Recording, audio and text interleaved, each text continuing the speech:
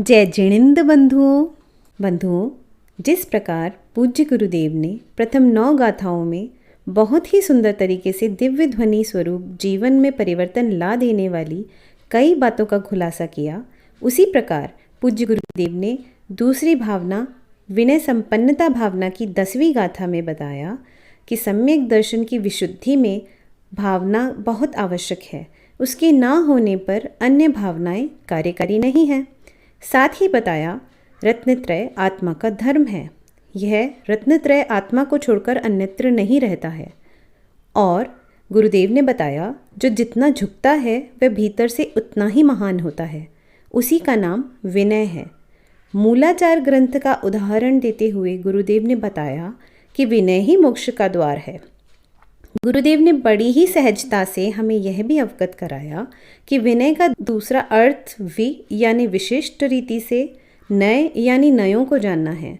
साथ ही पूज्य गुरुदेव ने नयों के माध्यम से बताया कि व्यवहार विनय में प्रवृत्त हुआ जीव अपनी मान कषाय को मंद करते करते एक दिन अनंतानुबंधी मान का भी सर्वथा अभाव कर लेता है।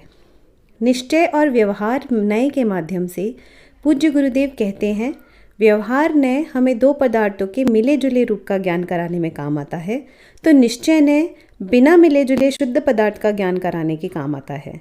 जब हम दोनों नयों को यथार्थ मानेंगे तभी पदार्थ का सही ज्ञान होगा। 11वीं गाथा में पूज्य गुरुवर ने बताया कि जिसके पास रत्नत्रय है वे मुनिराज धर्म में ही भावना रखते हैं।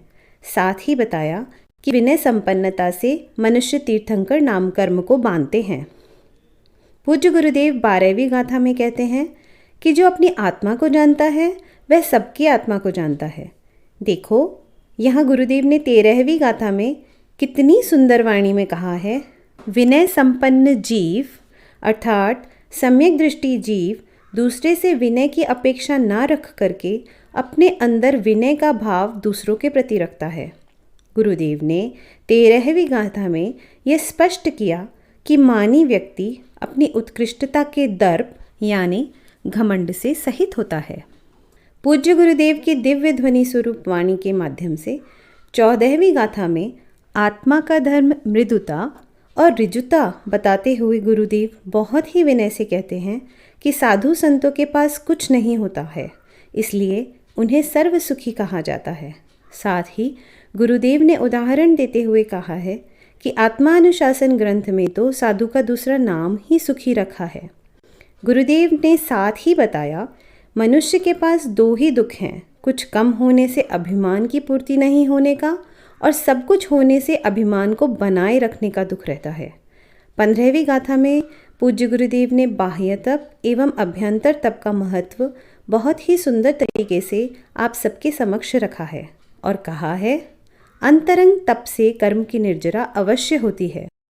बंधुओं, गुरुदेव की ये गहरी बात अवश्य ही अपने जीवन में अपनाएं तो आत्मा विशुद्ध हो जाएगी। साथ ही पूज्य गुरुदेव विनय युक्त अपनी ध्वनि से कहते हैं कि अहंकारी व्यक्ति आत्मा में मन नहीं लगा पाता है। गुरुदेव ने 16वीं गाथा में बताया कि एक एक भावना अपने आप पर्याप्त है। विनय संपन्नता भी यदि अपने आप में होगी तो वह भी केवल तीर्थंकर प्रकृति के बंध का कारण बन सकती है। दर्शन विशुद्धि भावना होने पर सभी भावनाएं स्वयं हो जाती हैं, ऐसा नियम नहीं है, ऐसा पूज्य गुरुदेव ने कहा है। गुरुदेव ने 16वीं गाथा में तो कम शब्दों में इतनी सुंदर बात कही, संपन्नता परिपूर्णता है। यह संपन्नता सम्यक दर्शन आदि धर्म से ही प्राप्त होती है।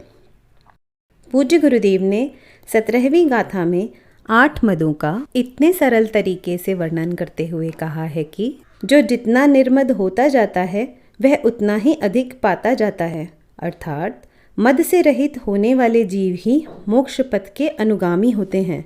बंधुओं, गुरुदेव की इस विनयमयी ध्वनि को जो जीव अपने जीवन में उतारने का प्रयत्न करेगा वह जीव रत्नत्रय को अवश्य ही प्राप्त करेगा। इसी के साथ दूसरी विनय संपन्नता भावना का सार आपके सामने प्रस्तुत किया है।